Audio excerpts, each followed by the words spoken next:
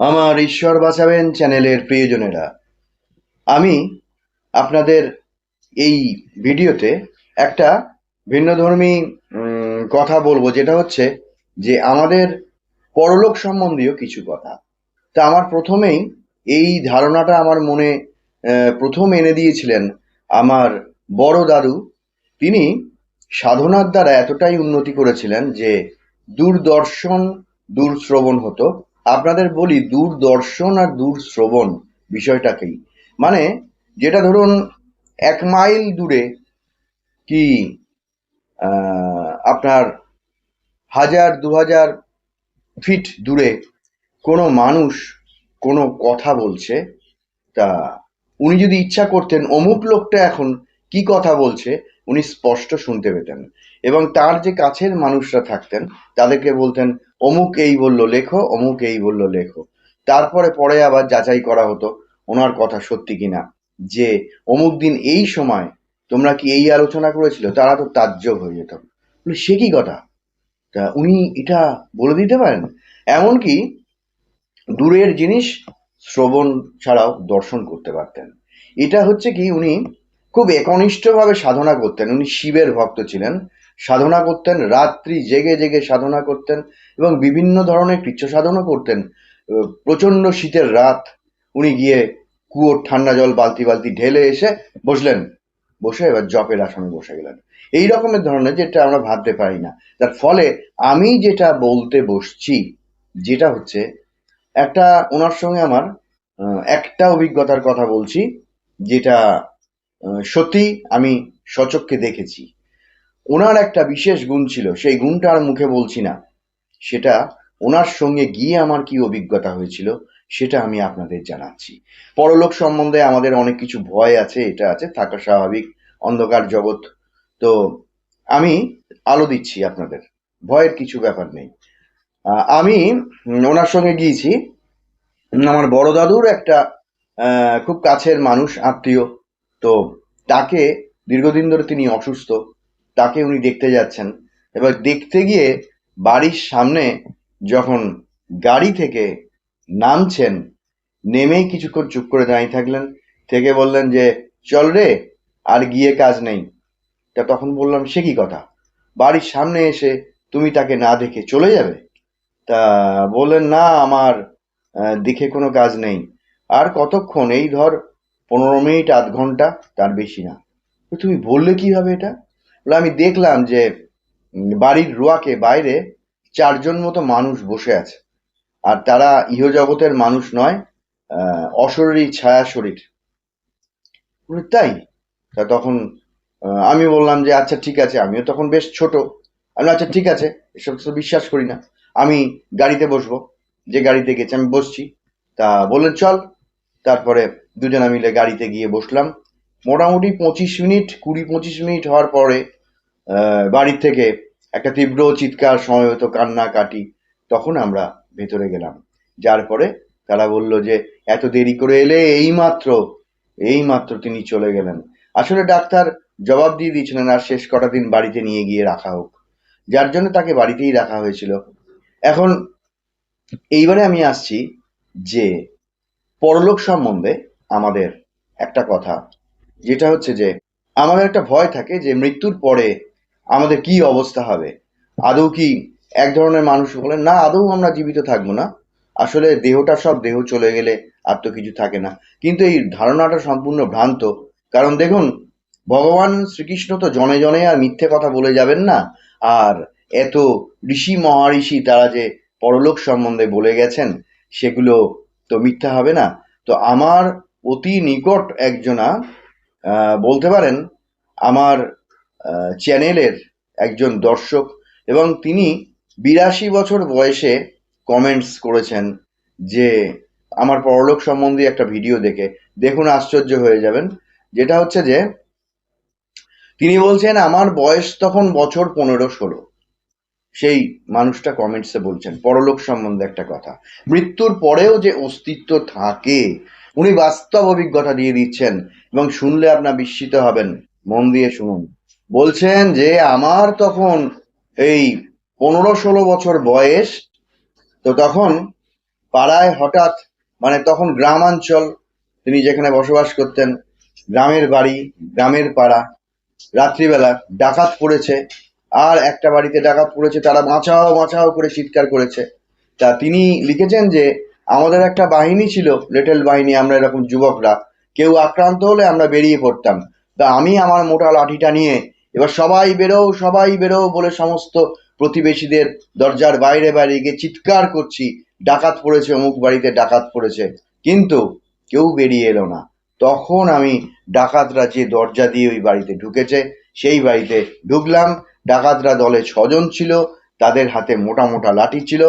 আমি এবার ওই 16 বছর বয়সী ছেলে, আমি সেই ডাকাতদের আচ্ছা করে মারধর করতে লাগলাম, কিন্তু পেরে উঠলাম না। তারা আমাকে টেনে হিঁচড়ে বাইরে নিয়ে এলো, নিয়ে এসে বেদম প্রহার করলো, করে আস্তে আস্তে আস্তে আস্তে আমি নিস্তেজ, অসম্ভব যন্ত্রণা, মাথায়, ঘাড়ে, বুকে, পায়ে, হাতে, অসম্ভব যন্ত্রণা।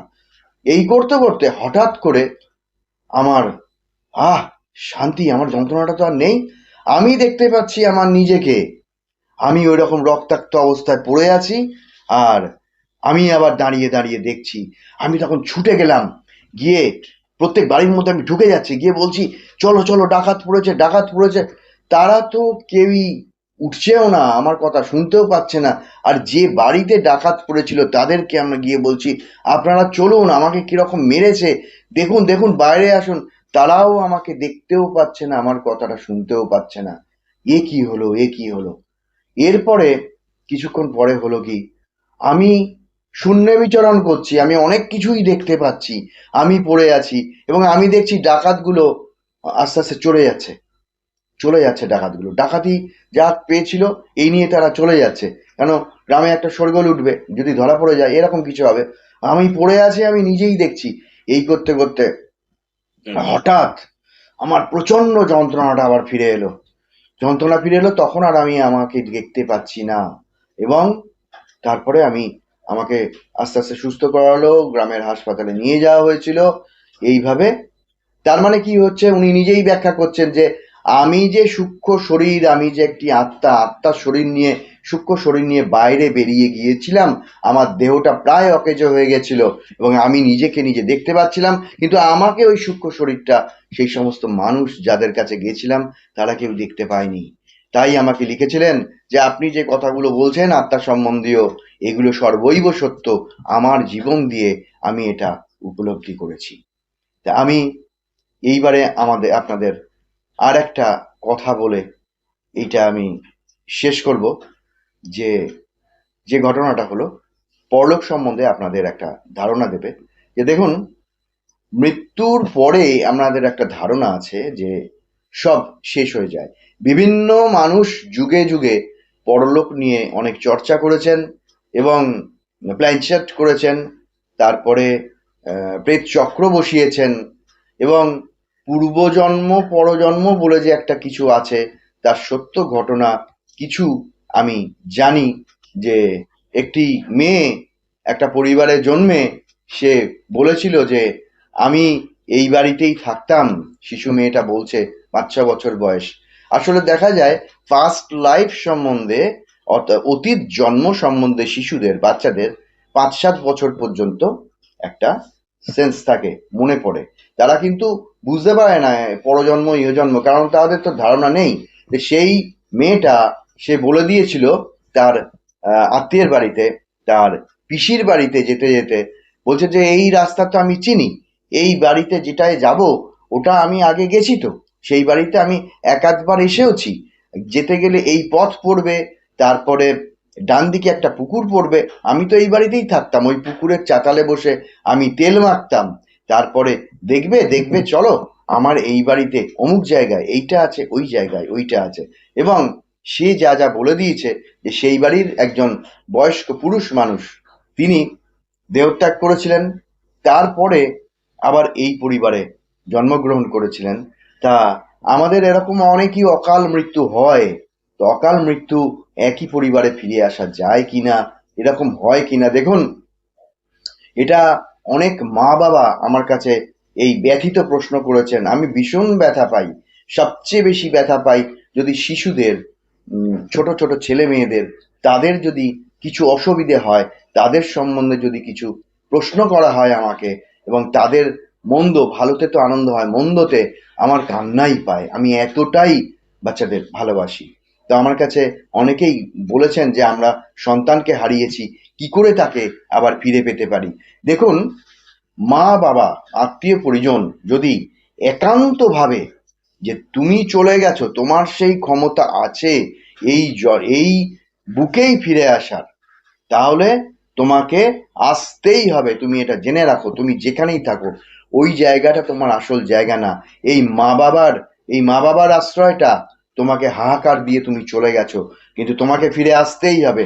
রোজ রোজ রোজ ঠাকুরের সিংহাসনের সামনে বসে যদি এই প্রার্থনা করা যায়, জোরদার করা যায়, সেই আত্মা যে পরলোকগত হয়েছে, আত্মার তো কোনো বয়স হয় না। সেই জন্যে যে পরলোকগত হয়েছে যে আত্মাটা, সে তার মধ্যে একটা কিন্তু স্পন্দন জাগে এবং কিছু একটা সেন্স জাগে। কারণ হচ্ছে আত্মা তো নিজে নিজেই নিজের স্বয়ংবদ্ধ, কিন্তু তার একটা সূক্ষ্ম শরীর দেহত্যাগ করার সময় সে নিজে নিয়ে বেরিয়ে যায়। যেটা ভগবান শ্রীকৃষ্ণ বলেছিলেন, যে আমরা যেমন বসন ছিঁড়ে গেলে আমরা নতুন একটা বসন পরি, আত্মাও সেরকম দেহ জীর্ণ হলে দেহটাকে ফেলে আবার নতুন দেহ ধারণ করে। এখানে আমাদের কোনো সংশয় নেই।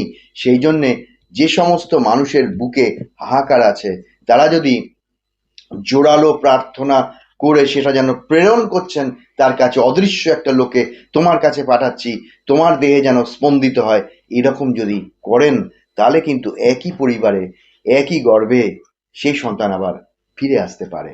তো আমি একটা সত্যি ঘটনা বলে আমি এখানে এই পর্বটা শেষ করব, যেটা হচ্ছে আমার রিলেটিভের মধ্যেই হয়েছিল। তো সেটা আমার মামার বাড়ি। মামার বাড়িতে যে আমার মায়ের ঠাকমার, বুঝতে পারছেন, আমার মায়ের ঠাকমার সেই জেনারেশনে তার ঘরে একটা রাধা কৃষ্ণের মূর্তি ছিল।